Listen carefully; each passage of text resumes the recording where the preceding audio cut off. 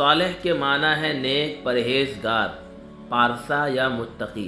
آپ علیہ السلام کا تعلق قوم سمود سے تھا۔ آپ اللہ کے پیغمبر تھے۔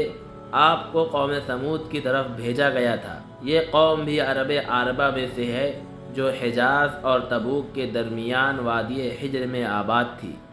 قرآن میں اس وادی کا تذکرہ کیا گیا ہے۔ بے شک حجر والوں نے پیغمبروں کو جھٹلایا۔ قوم سمود کی عمریں بہت طویل ہوا کرتی تھی، یہاں تک کہ اگر ان میں کوئی پختہ مکان بناتا تو ایک وقت ایسا آتا کہ وہ مکان بوسیدہ ہو جاتا مگر وہ آدمی زندہ ہوتا۔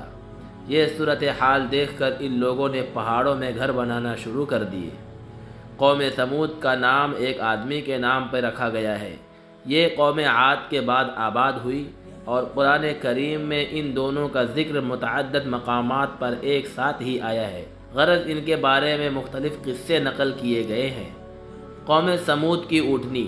یہ قوم توحید کو چھوڑ کر بت پرستی میں غرق تھی۔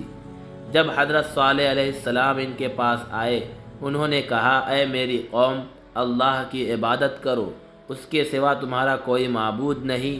اس نے تم کو زمین سے پیدا کیا ہے اور اس میں آباد کیا، تو اللہ سے مغفرت مانگو اور اس کے آگے توبہ کرو۔ حضرت صالح علیہ السلام نے انہیں اللہ کی نعمتوں کے بارے میں آگاہ کیا، لیکن وہ ماننے کے بجائے انہیں جھٹلانے لگے اور بولے، تم تو آصف زدہ لگتے ہو، تم ہماری ہی طرح کے ایک آدمی ہو، اگر سچے ہو تو نشانی پیش کرو۔ پھر انہوں نے خود ہی کہہ دیا کہ ہمیں اس پہاڑی سے ایک اونٹنی نکال کر دکھاؤ جو 10 ماہ کی گابھن ہو۔ چنانچہ اللہ تعالیٰ نے پہاڑی کو حکم دیا اور بالکل ویسی ہی اونٹنی نکال کر دکھا دی، لیکن وہ پھر بھی کفر پہ اڑے رہے۔ حضرت صالح علیہ السلام نے کہا، یہ اونٹنی اللہ کی طرف سے نشانی ہے، تو اسے زمین میں چھوڑ دو جہاں چاہے چرے، اور اس کو کسی قسم کی تکلیف نہ دینا ورنہ تم پر جلد عذاب آ جائے گا۔ خیر کچھ عرصے وہ اونٹنی ان میں چلتی پھرتی رہی، پر ایک دن انہوں نے اس کی کونچیں کاٹ دی۔ وہ اونٹنی گر کر مر گئی۔ یہ دیکھ کر آپ نے اپنی قوم سے کہا، اپنے گھروں میں 3 دن تک فائدہ اٹھا لو، یہ وعدہ ہے جو جھوٹا نہ ہوگا۔ قوم سمود کی ہلاکت۔ حضرت صالح کی مہلت کے عین مطابق پہلے دن ان سب کے چہرے سرخ ہو گئے، پھر اگلے دن سب کے چہرے زرد ہو گئے، پھر تیسرے دن سب کے چہرے ایسے سیاہ ہو گئے جیسے تارکول مل دیا گیا ہو۔ اس کے بعد سورج نکلتے ہی سب میدان میں جمع ہو گئے کہ دیکھیں تو عذاب کیسا ہوتا ہے۔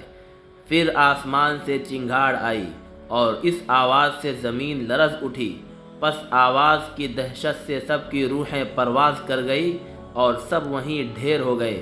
قرآن کریم میں ان کی علامت کے منظر کو یوں بیان کیا گیا ہے، ہم نے ان پر عذاب کے لیے ایک چیخ بھیجی تو وہ ایسے ہو گئے جیسے باڑے والے کی سوکھی اور ٹوٹی ہوئی باڑ۔ قوم سمود میں سب کے لیے عبرت۔ اگرچہ اس واقعے کو صدیاں بیت گئیں، لیکن یہ ہر متکبر اور سرکش کے لیے آج بھی سامان عبرت ہے۔ یہاں تک کہ آپ صلی اللہ علیہ وسلم نے صحابہ کرام کو اس واقعے سے عبرت دلائی ہے۔ ایک روایت میں ہے کہ جب آپ صلی اللہ علیہ وسلم وادی حجر سے گزرے تو فرمایا، ان عذاب پانے والوں کی بستی سے روتے ہوئے گزرو، اگر روتے ہوئے نہیں گزر سکتے تو مت گزرو، کہیں تم پر بھی ان جیسا عذاب نہ آ جائے۔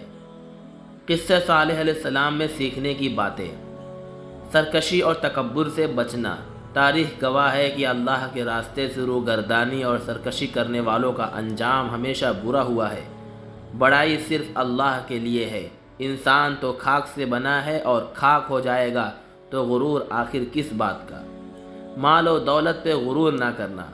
جیسے قوم سمود نے چٹانوں میں گھر بنائے ہوئے تھے، ان کو لگتا تھا ان سے زیادہ طاقتور کوئی نہیں، لیکن اللہ نے ان کو عبرتناک انجام کو پہنچایا۔ آج ہم بھی اپنی دولت کے گھمنڈ میں آخرت کو بھول بیٹھے ہیں۔ اللہ تعالی ہمیں ان تمام فتنوں سے بچتے ہوئے صحیح دین پر عمل پیرا ہونے کی توفیق عطا فرمائے۔ آمین ثم آمین۔